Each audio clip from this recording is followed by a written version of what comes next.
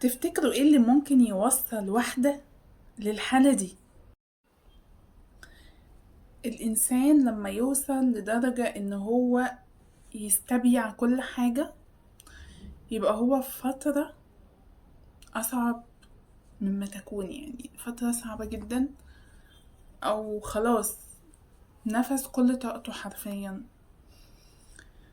اللي يوصلك إنك انت تبقى بارد وعندك لا مبالاة فظيعة، دي ما جاتش بسهولة. لحسن الناس بتفتكرها إن هي بسهولة، لا، ما بتجيش بسهولة أبدا. بتبقى من كتر اللي انت شفته في حياتك، بيبقى عندك لا مبالاة فظيعة، اللي هو ايه، عينيكوا على الحاجات اللي معايا، خدوها بس سيبوني ابقى مرتاحة. ده اللي هي بتبقى وصلت له. حامل حامل تاني ومعاها ولد، معاها بيبي في ايديها، تقريبا جوزها بقى تخلى عنها، رماها، مش متحمل مسؤولية أولاده، المسؤولية زادت عليها، بتمر بضغوط.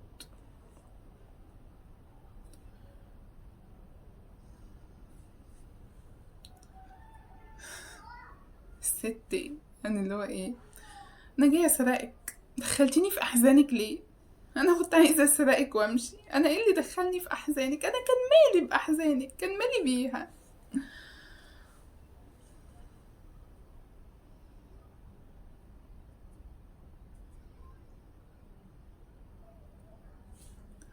الست بتقول لا حول ولا قوه الا بالله.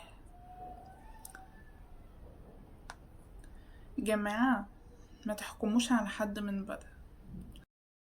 ممكن من بره هلا هلا، ومن جوه يعلم الله.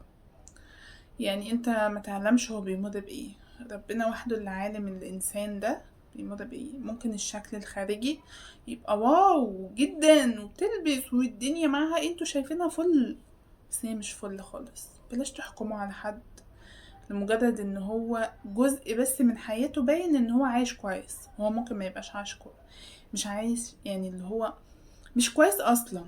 فاهمين قصدي؟ तुम चाहती तो मेरे खिलाफ कंप्लेन भी कर सकती थी। अब मुझे पता चल गया कि तुम बहुत अच्छी इंसान हो। लेकिन बेटा, तुम्हारे पति ने तो तुम्हें मार के अपने घर से बाहर निकाल दिया। अब तुम जाओगी कहाँ? अपनी माँ के घर? नहीं, वो लोग मुझे कभी नहीं अपनाएंगे। मैंने अपनी मर्जी से भाग के शादी करी थी ना, मैं वहाँ नहीं जा सकती।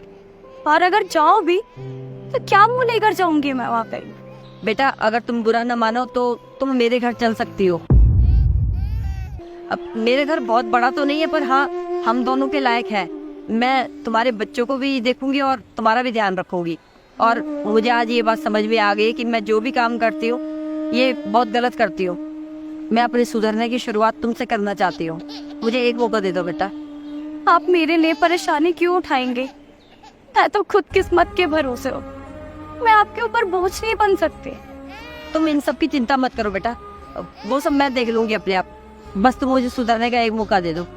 चलो मेरे साथ चलो, अच्छा।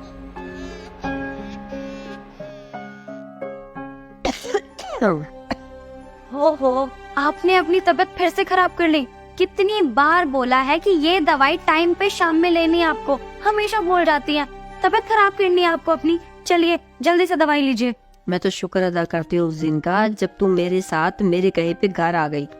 अगर तुम मेरी जिंदगी में ना आई होती तो पता नहीं आज मैं भी कहाँ वही चोरी चकारी में पड़ी होती, पता नहीं क्या होता मेरे साथ। भगवान का भी शुक्र अदा करती हूँ, तूने मुझे और घर को अच्छे से संभाल रखा है। माँ, आप कैसी बातें कर रही हैं? अरे आपके बिना मैं कुछ भी नहीं थी, बल्कि आपने मुझे हिम्मत दी, मुझे इस काबिल बनाया कि मैं अपना ध्यान रख सकूं, आपका ध्यान रख सकूं।